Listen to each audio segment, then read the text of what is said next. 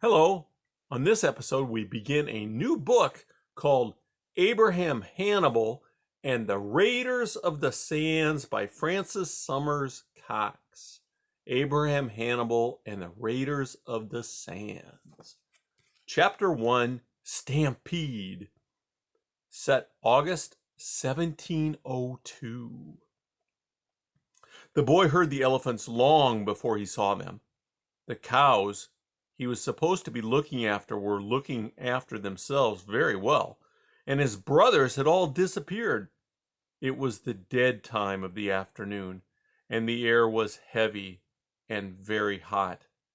But he was wide awake.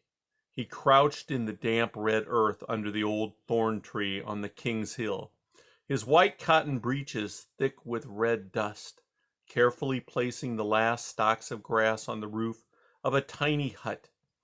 The other herd boys sometimes made little cows out of clay, but he'd grown out of those long ago.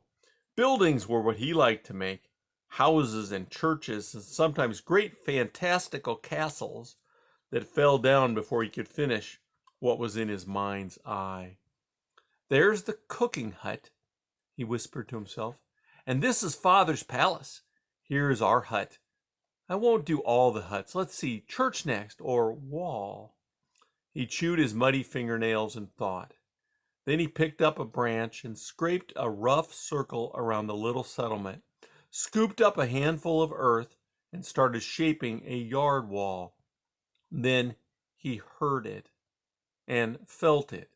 First, his cows shifting and mooing uneasily, then branches crashing and splintering, the shudder of the ground under his bare feet, and the terrible groaning bray of an elephant in pain.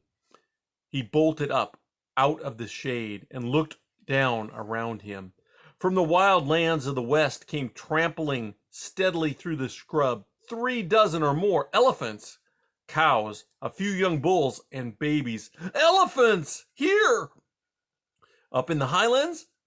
He'd never heard of such a thing. He cried out in delight, "Hey, you! What are you doing here?" And then suddenly Abraham saw what the elephants had seen. The fields that edged the town, the delicious young shoots of teff grain, the tender seedlings of beans and oil nuts, and just on the other side of the fields lay the first of the rough stone and mud houses of his father's capital, Debarwa.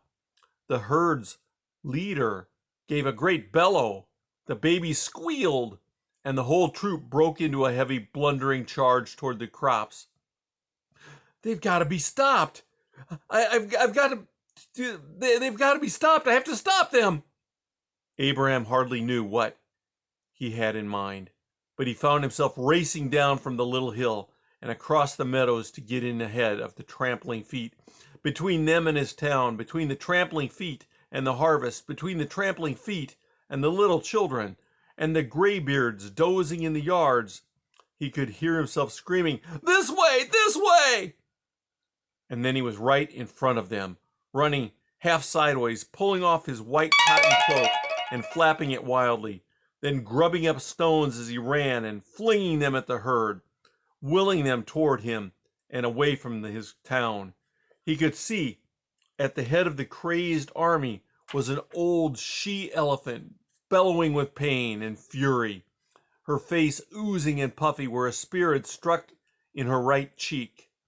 Abraham dodged away from the town toward the steep red banks of the Merib River, and the old elephant swerved after him, thundering ever nearer. Obediently, the army wheeled toward the river too. The boy scrambled on and on across the stony soil, gasping fiercely until suddenly he was falling through space. That's the end of chapter 1 of Abraham Hannibal and the Raiders of the Sands, our new book.